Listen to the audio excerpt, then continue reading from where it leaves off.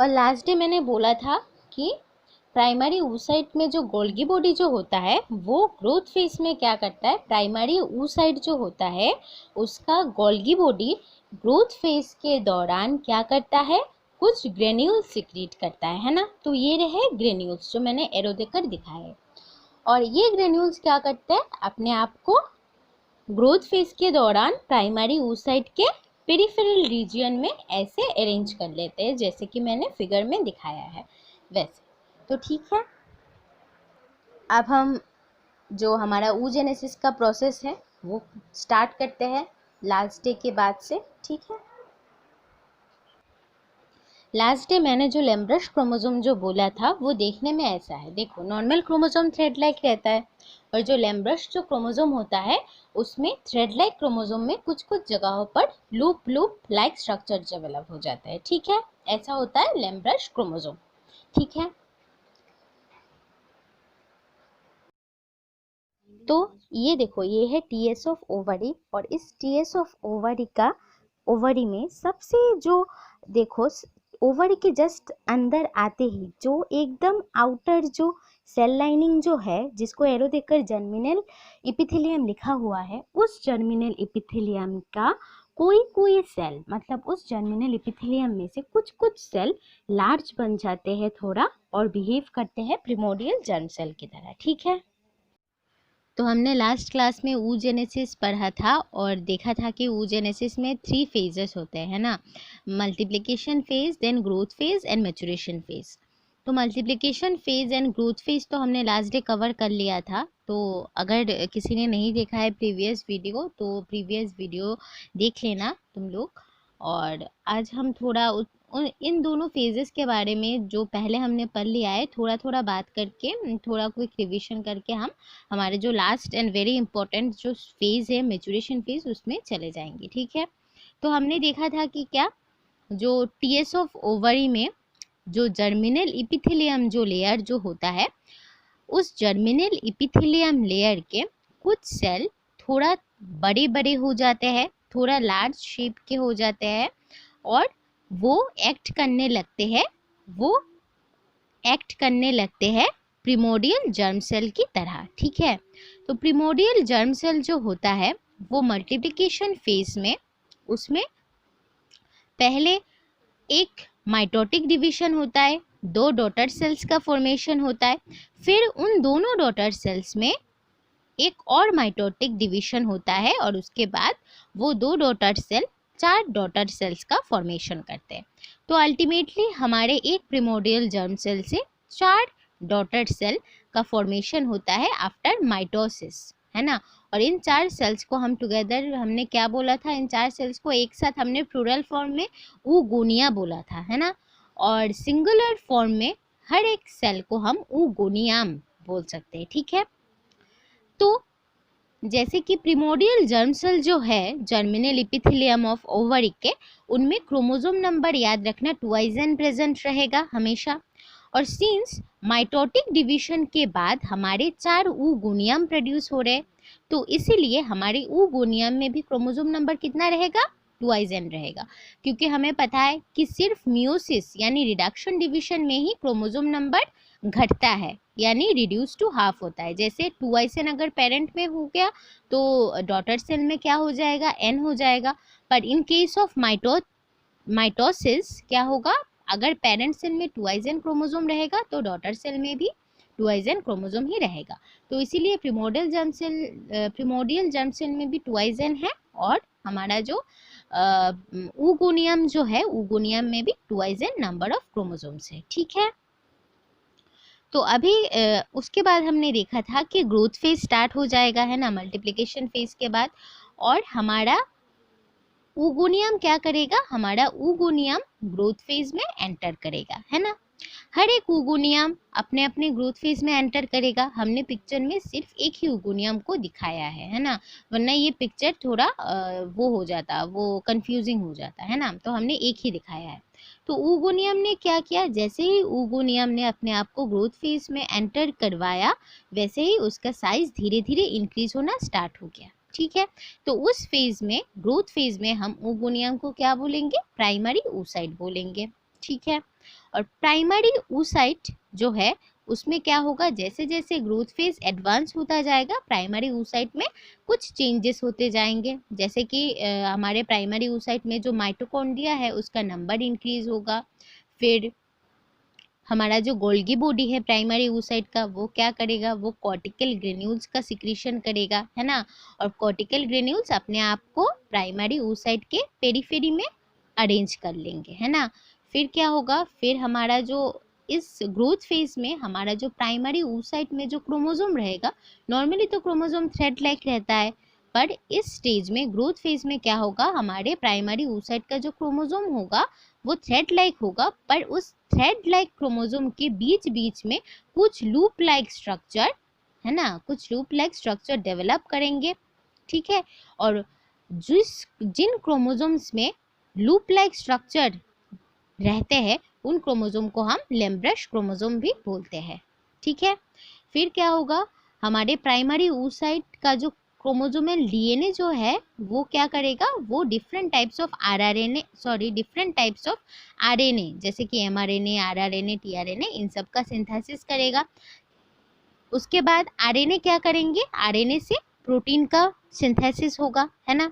और हमारा जो प्राइमरी oocyte का जो न्यूक्लियस जो है उसके न्यूक्लियस के अंदर का न्यूक्लियोलाइस का साइज भी धीरे धीरे इंक्रीज होगा। और क्या होगा, जो न्यूक्लियस के अंदर का जो न्यूक्लियोप्लाज्मिक कंटेंट जो है वो भी धीरे धीरे इंक्रीज होगा, है ना। और क्या होगा, हमारे प्राइमरी oocyte के चारों ओर एक थिन वाइटेलाइन मेम्ब्रेन का फॉर्मेशन होगा, ठीक है। तो ये सारे चेंजेस होंगे, पर एक बात नोटिस करने की चीज है कि जब हमारा oogonia ग्रोथ फेज में एंटर करेगा तब प्राइमरी oocyte बनेगा और प्राइमरी oocyte धीरे धीरे बड़ा होने लगेगा, यही तो होता है ग्रोथ फेज में। पर ग्रोथ फेज में किसी भी टाइप का सेल डिवीजन नहीं होता, देख लो। मल्टीप्लिकेशन फेज में क्या हो रहा था, हमने देखा है 2 बार माइटोसिस हुआ, है ना, पर क्रोमोसोम नंबर सेम था। और फिर जाकर oogonia ने अपने आप को ग्रोथ फेज में एंटर करवा दिया, और ग्रोथ फेज में सिर्फ oogonia का साइज बड़ा होगा, इसीलिए हम इसको प्राइमरी oocyte कहेंगे, है ना। पर उसमें क्रोमोसोम नंबर oogonia में जैसे 2n था, हमारे प्राइमरी oocyte में भी कितना रहेगा, 2n रहेगा, क्योंकि किसी भी टाइप का रिडक्शन डिवीजन या फिर किसी भी टाइप का माइटोसिस डिवीजन यहाँ पर नहीं हो रहा है, इसलिए क्रोमोसोम नंबर प्राइमरी oocyte का रहेगा 2n, ये बात याद रखना, ठीक है।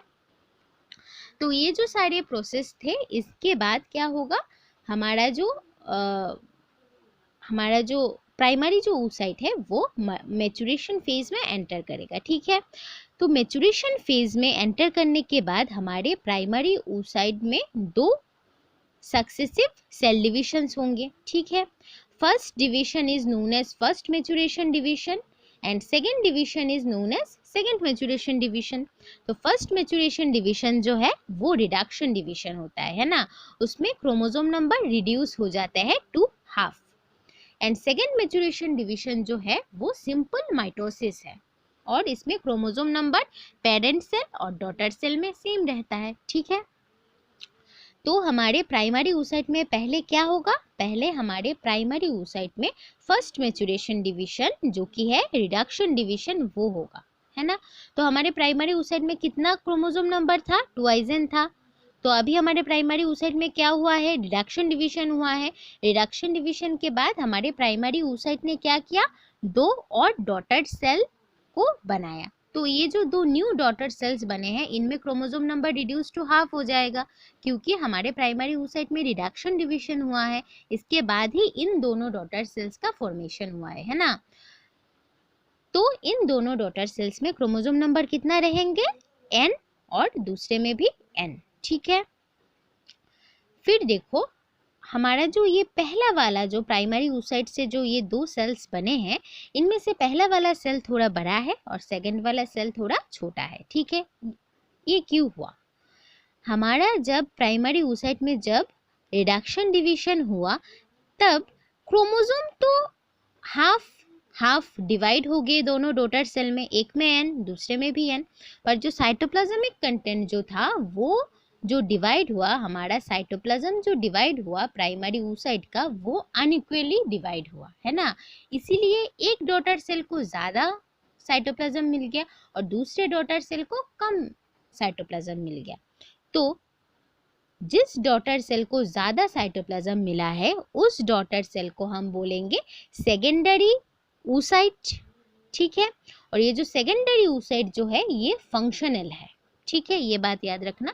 और जिस डॉटर सेल को कम साइटोप्लाज्म मिला है यानी सेकेंड डॉटर सेल, इसको हम बोलेंगे फर्स्ट पोलर बॉडी और पोलोसाइट, ठीक है। और ये जो पोलर बॉडी जो होते हैं ये नॉन फंक्शनल होते हैं, मींस फर्टिलाइजेशन के प्रोसेस में, रिप्रोडक्शन के प्रोसेस में इनका कोई रोल नहीं होता, मेजर रोल नहीं होता, है ना। और फंक्शनल वर्ड का मीनिंग है कि रिप्रोडक्शन की प्रोसेस में हमारा जो सेकेंडरी oocyte है उसका मेन रोल रहेगा, ठीक है, मेजर रोल रहेगा।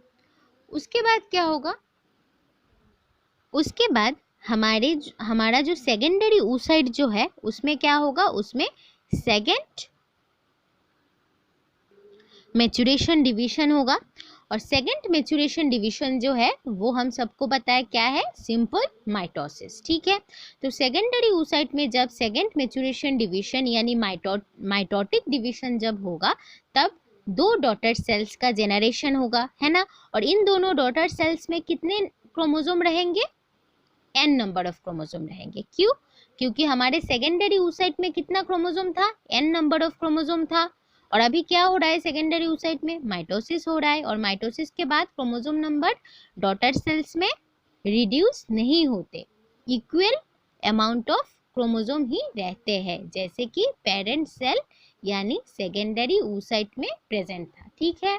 तो सेकेंडरी oocyte में n था, तो सेकेंडरी oocyte में क्या हुआ, माइटोसिस हुआ, इसलिए जो 2 नए डॉटर सेल सेकेंडरी oocyte से प्रोड्यूस हुए हैं उनमें भी क्रोमोसोम नंबर कितना रहेगा, n रहेगा, है ना। पर इस केस में क्या हुआ, इस केस में भी सेम हुआ पहले जैसा।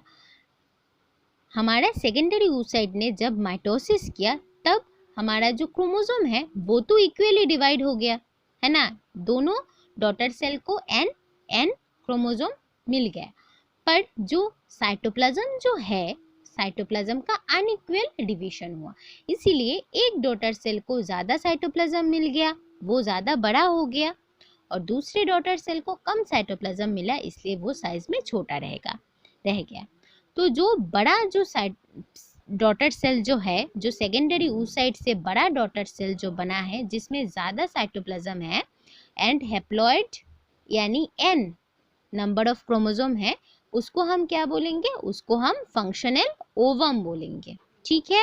और ये फंक्शनल क्यों है, क्योंकि इसी ओवम के न्यूक्लियस के साथ हमारे स्पर्म के न्यूक्लियस का फ्यूजन होगा और इसी से जाइगोट बनेगा और फर्टिलाइजेशन का प्रोसेस आगे बढ़ेगा, है ना।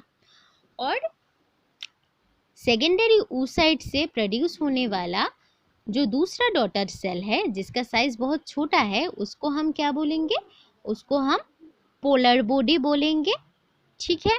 और ये नॉन फंक्शनल होगा, यानी रिप्रोडक्शन के प्रोसेस में इसका कोई रोल नहीं होगा, क्योंकि इसके पास साइटोप्लाज्म कम है। साइटोप्लाज्म कम है इसका मतलब क्या है, इस साइटोप्लाज्म कम है इसका मतलब ये लेस एफिशिएंट है for producing a new zygote, है ना। क्योंकि जाइगोट प्रोडक्शन होने में न्यूक्लियस, तो इसमें देखो, इसमें क्रोमोसोम नंबर जो है दोनों में n, इसमें भी n है और हमारे पोलोसाइट में भी हमारा n है और हमारे ओवम में भी n है। पर हमारे ओवम में क्या है, साइटोप्लाज्म ज़्यादा है, तो इसमें क्या होगा, ये साइटोप्लाज्म ज़्यादा होने की वजह से इसमें इस ओवम से जब जाइगोट का प्रोडक्शन जब होगा तब जो जाइगोट जो बनेगा, तो अल्टीमेटली क्या हुआ, देखो अल्टीमेटली हमारे प्राइमरी oocyte ने मैच्योरेशन डिवीजन किया, first maturation division and second maturation division. उसके बाद क्या हमको क्या प्रोड्यूस हुआ, उसके बाद एक functional ovum and 3 non functional polar bodies का प्रोडक्शन हुआ, है ना। तो अब देखो ये जो नॉन फंक्शनल जो पोलर बॉडीज है इनका तो फर्टिलाइजेशन में कोई रोल नहीं है ना। तो सिर्फ जो हमारा फंक्शनल ओवम है वही जिंदा रहेगा, वही मेंटेन्ड हुआ रहेगा ओवरी में, है ना, फर्टिलाइजेशन के लिए। और जो ये नॉन फंक्शनल जो पोलर बॉडीज है तीन, ये तीनों क्या होंगे, वो तीनों सून ही मतलब जल्द ही डिजेनरेट हो जाएंगी। ठीक है, तो देखो हमने स्पर्मेटोजेनेसिस में क्या देखा था, स्पर्मेटोजेनेसिस में हमने देखा था कि हमारा जो प्राइमरी स्पर्मेटोसाइट जो है उससे 4 स्पर्मेटोजोआ का प्रोडक्शन हुआ, यानी उससे 4 स्पर्म का प्रोडक्शन हुआ। एक प्राइमरी स्पर्मेटोसाइट ने 4 स्पर्म को प्रोड्यूस किया। पर oogenesis में हमें क्या देखने को मिला, हमारे प्राइमरी oocyte ने सिर्फ एक फंक्शनल ओवम का प्रोडक्शन किया और बाकी जो 3 थे वो तो नॉन फंक्शनल पोलर बॉडीज थे, है ना। इसलिए जो स्पर्म का कंटेंट जो होता है मेल्स में वो बहुत ज़्यादा होता है ना। मिलियंस ऑफ स्पर्म होते हैं जो कि मेल बॉडी से फीमेल बॉडी में एंटर करते हैं फर्टिलाइजेशन करने के लिए, पर सिर्फ एक को ही चांस मिलता है ना। और जो ओवम जो होता है वो सिंगल डोमिनेटिंग सेल होता है, रिप्रोडक्टिव सेल होता है फीमेल बॉडी में, और इसका नंबर क्या होता है, स्पर्म के कंपैरिजन में फीमेल बॉडी में एक ही फंक्शनल ओवम होता है, जबकि मेल बॉडी से मिलियंस ऑफ स्पर्म लिबरेट होते हैं at the time of fertilisation और at the time of copulation बोल सकते हैं, है ना। तो after completing oogenesis now we will discuss about the structure of mature ovum. ठीक है, और ये जो पिक्चर दिया हुआ है ये एक टिपिकल ह्यूमन ओवम का पिक्चर है। ठीक है, तो देखो इस पिक्चर में से हमें देखने को मिल रहा है या फिर ये पिक्चर ये डिपिक्ट कर रहा है कि हमारा जो ओवम जो है वो राउंड शेप का है या फिर स्फेरिकल शेप का है। ठीक है, और हमारा जो ओवम है वो 3 मेम्ब्रेन्स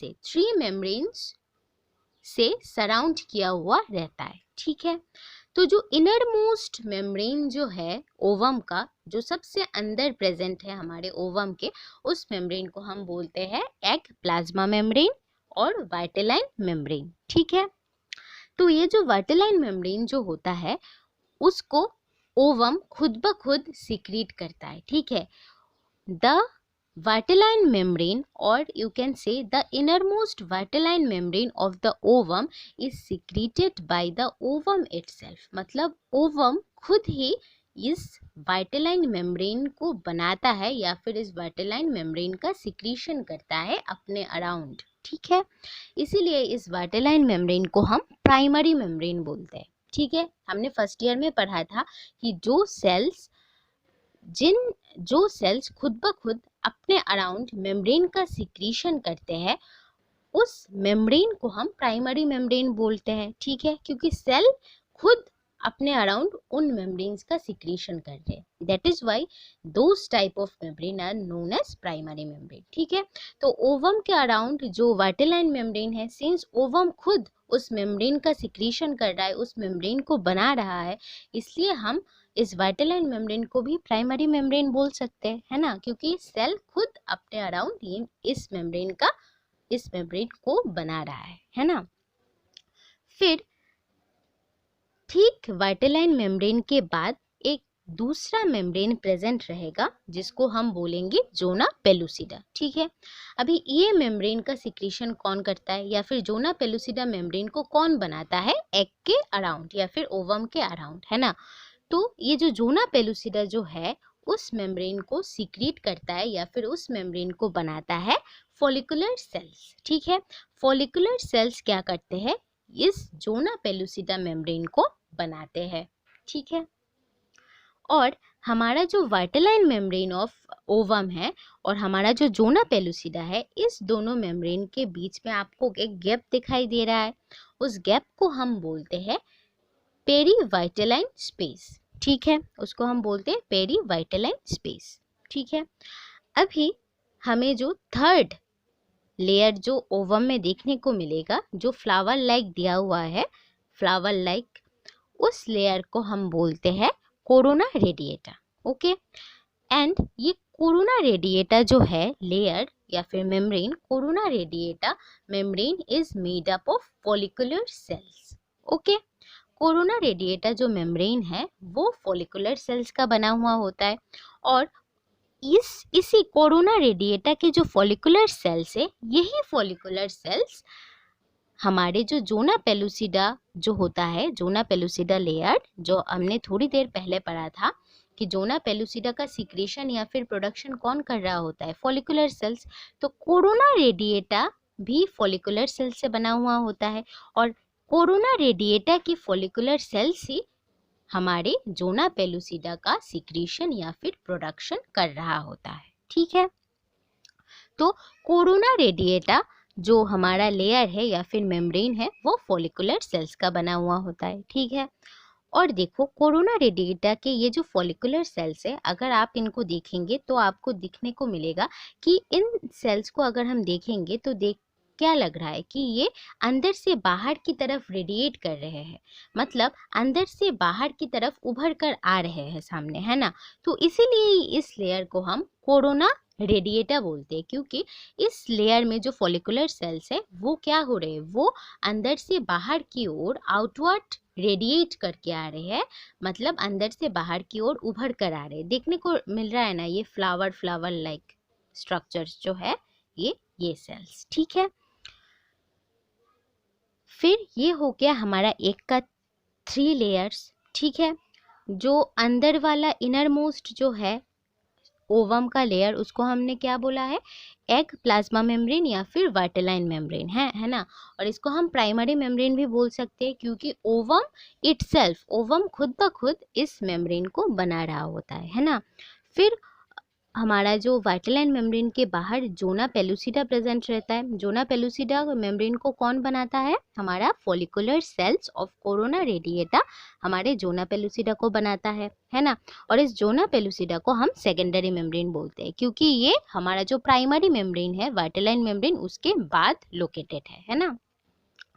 फिर हमारा जो जोना पेलुसिडा और हमारा जो ये प्लाज्मा मेम्ब्रेन है एग का, इन दोनों मेम्ब्रेन के बीच में जो गैप प्रेजेंट है उसको हम क्या बोलते हैं, उसको हम बोलते हैं पेरीवाइटेलाइन स्पेस, ठीक है। और जोना पेलुसिडा मेम्ब्रेन के बाहर हमारा जो ये फ्लावर लाइक जो लेयर या फिर मेम्ब्रेन है, उस मेम्ब्रेन को हम बोलते हैं कोरोना रेडिएटा।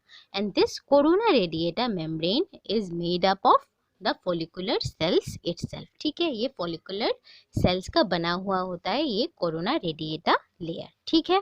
और इसमें फॉलिकुलर सेल्स क्या करते हैं, अंदर से बाहर की ओर रेडिएट कर रहे होते हैं, एक फ्लावर की जो वो होते हैं ना, फ्लावर के जो पेटल्स जो होते हैं, पेटल्स की तरह अंदर से बाहर की ओर रेडिएट उभर कर आ रहे होते हैं, है ना। तो इस कोरोना रेडिएटा को हम टर्शियरी बोलते हैं, क्योंकि हमने जोना पेलुसिडा को सेकेंडरी बोला है, ठीक है। तो अब हम अगर एग के अंदर आए, अभी तो ये बाहर वाले लेयर्स की बात हो गई है ना, तो अगर अब हम एग के अंदर जाए तो हमें देखने को मिलेगा कि एग के अंदर क्या है, एक बड़ा सा न्यूक्लियस प्रेजेंट है, ठीक है। तो एक बात आप लोग याद करके रखना या फिर नोट करके रखना कि एग के न्यूक्लियस को हम जर्मिनल वेसिकल भी बोल सकते हैं, ठीक है। Germinal vesicle and egg nucleus are the same terms, ठीक है। तो कभी अगर किसी जगह पर अगर जर्मिनल वेसिकल देखने को मिल गया तो ये रिप्रेजेंट कर रहा है एग के या फिर ओवम के न्यूक्लियस को, ये याद रखना, ठीक है। तो देखो एग का जो न्यूक्लियस जो होता है वो क्या है, आपको देखने को मिल रहा है न्यूक्लियस एकदम एग के सेंटर में प्रेजेंट नहीं है ना। हमारा जो न्यूक्लियस है वो एग के एक साइड में प्रेजेंट है, और यही कैरेक्टरिस्टिक फीचर्स है एक ह्यूमन एग का, है ना। हमारा एग में देखो, एग के एक साइड में हमारा न्यूक्लियस प्रेजेंट है ना। वो न्यूक्लियस बिल्कुल एग के मिडिल में प्रेजेंट नहीं है ना। तो हमारे एग के जिस साइड में न्यूक्लियस प्रेजेंट है उस साइड को हम बोलते हैं एनिमल पोल। याद रखना, एग के जिस साइड में न्यूक्लियस प्रेजेंट रहेगा उसको हम बोलेंगे एनिमल पोल, और जिस साइड में हमारा न्यूक्लियस प्रेजेंट नहीं रहेगा, यानी सिर्फ साइटोप्लाज्म प्रेजेंट रहेगा, या फिर बर्ड्स में जिस पोर्शन में या फिर जिस साइड ऑफ एग में साइटोप्लाज्म या फिर यॉक प्रेजेंट रहेगा उस साइड को हम क्या बोलते हैं, उस साइड को हम वेजिटल पोल बोलते हैं, ठीक है। तो सिंस हमारे ह्यूमन एग में यॉक नहीं है, तो पर हमारे जो बर्ड्स के जो एग होते हैं उनमें तो यॉक प्रेजेंट होते हैं, है ना। तो एग के जिस साइड में न्यूक्लियस प्रेजेंट रहता है उसको हम एनिमल पोल बोलते हैं, और एग के जिस साइड में ज़्यादा क्वांटिटी में साइटोप्लाज्म प्रेजेंट रहते हैं and other cell organelles present रहते हैं, उस साइड को हम वेजिटल पोल बोलते हैं, ठीक है। और बर्ड के केस में क्या होगा, एक तरफ न्यूक्लियस जिस तरफ प्रेजेंट रहेगा सेल के, उस पार्ट को हम बोलेंगे एनिमल पोल, और हमारे एग के जिस पोर्शन में, जिस साइड में ज़्यादातर योक प्रेजेंट रहेगा, है ना, योक प्रेजेंट रहेगा इन केस ऑफ बर्ड, उस पोर्शन या फिर उस साइड ऑफ ओवम को हम बोलेंगे वेजिटल पोल, ठीक है। तो एक बात याद रखना, जब स्पर्म एंट्री करेगा ओवम के अंदर तो वो हमेशा हमारे एनिमल पोल से एंटर करेगा, क्योंकि एनिमल पोल में ही हमारा न्यूक्लियस प्रेजेंट रहता है। और स्पर्म का मोटिव क्या होता है, उसको न्यूक्लियस के साथ ही क्या करना होता है, फ्यूजन करना होता है अपने न्यूक्लियस का, है ना।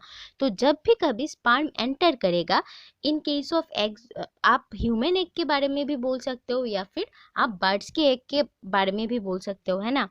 तो जब भी कभी स्पर्म एग में एंट्री करेगा वो हमेशा एनिमल पोल की ओर से ही एंटर करेगा, क्योंकि उसको पहले न्यूक्लियस चाहिए, क्योंकि स्पर्म को अपना न्यूक्लियस के साथ हमारे एग के न्यूक्लियस को फ्यूजन करना ही उसका प्राइमरी मोटिव होता है ना।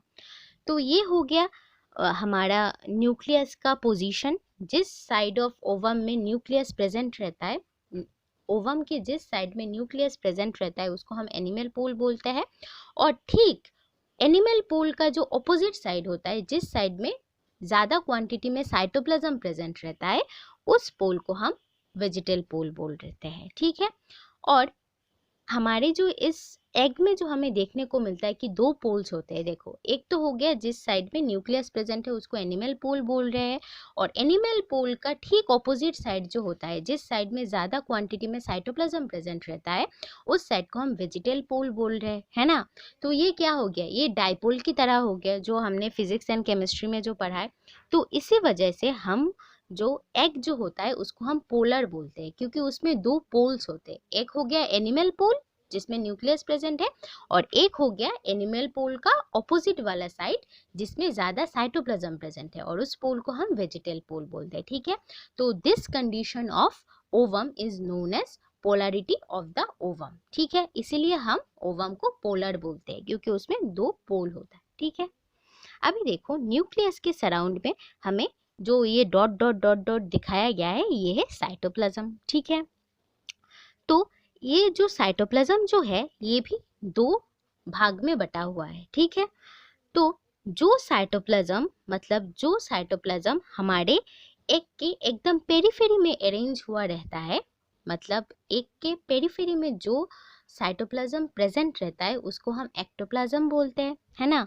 और जो साइटोप्लाज्म हमारे एग में न्यूक्लियस के अराउंड प्रेजेंट रहता है उसको हम एंडोप्लाज्म बोलते हैं, है ना। तो एग में पेरिफेरी की तरफ जो साइटोप्लाज्म रहेगा उसको हम क्या बोलेंगे, उसको हम बोलेंगे एक्टोप्लाज्म। और हमारे साइटोप्लाज्म हमारे न्यूक्लियस के अराउंड प्रेजेंट रहेगा, उस साइटोप्लाज्म को हम बोलेंगे एंडोप्लाज्म, ओके। तो ये हो गया साइटोप्लाज्म का दो पार्ट, पेरिफेरल यानी एक्टोप्लाज्म, एंड न्यूक्लियस के अराउंड जो साइटोप्लाज्म प्रेजेंट रहेगा उसको हम बोलेंगे एंडोप्लाज्म। तो ये हो गया एक्टोप्लाज्म एंड एंडोप्लाज्म, ठीक है।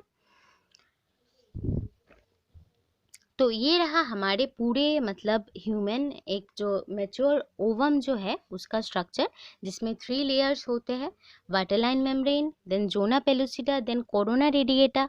उसके बाद अगर हम एग के अंदर में देखें तो एग के अंदर क्या प्रेजेंट रहेगा, ओवम के एक साइड में हमारा न्यूक्लियस लोकेटेड होगा, उस साइड को हम बोलेंगे क्या, एनिमल पोल। और एनिमल पोल का ठीक जो अपोजिट साइड होगा, जिस साइड में क्या रहेगा, ज़्यादा क्वांटिटी में साइटोप्लाज्म रहेगा, उसको हम बोलेंगे क्या, वेजिटल पोल, ठीक है। और एक्टोप्लाज्म हो गया जो साइटोप्लाज्म क्या करेगा, हमारे एग के पेरिफेरी में रहेगा उसको एक्टोप्लाज्म, और जो साइटोप्लाज्म हमारे न्यूक्लियस के अराउंड रहेगा उसको हम बोलते हैं एंडोप्लाज्म, ठीक है।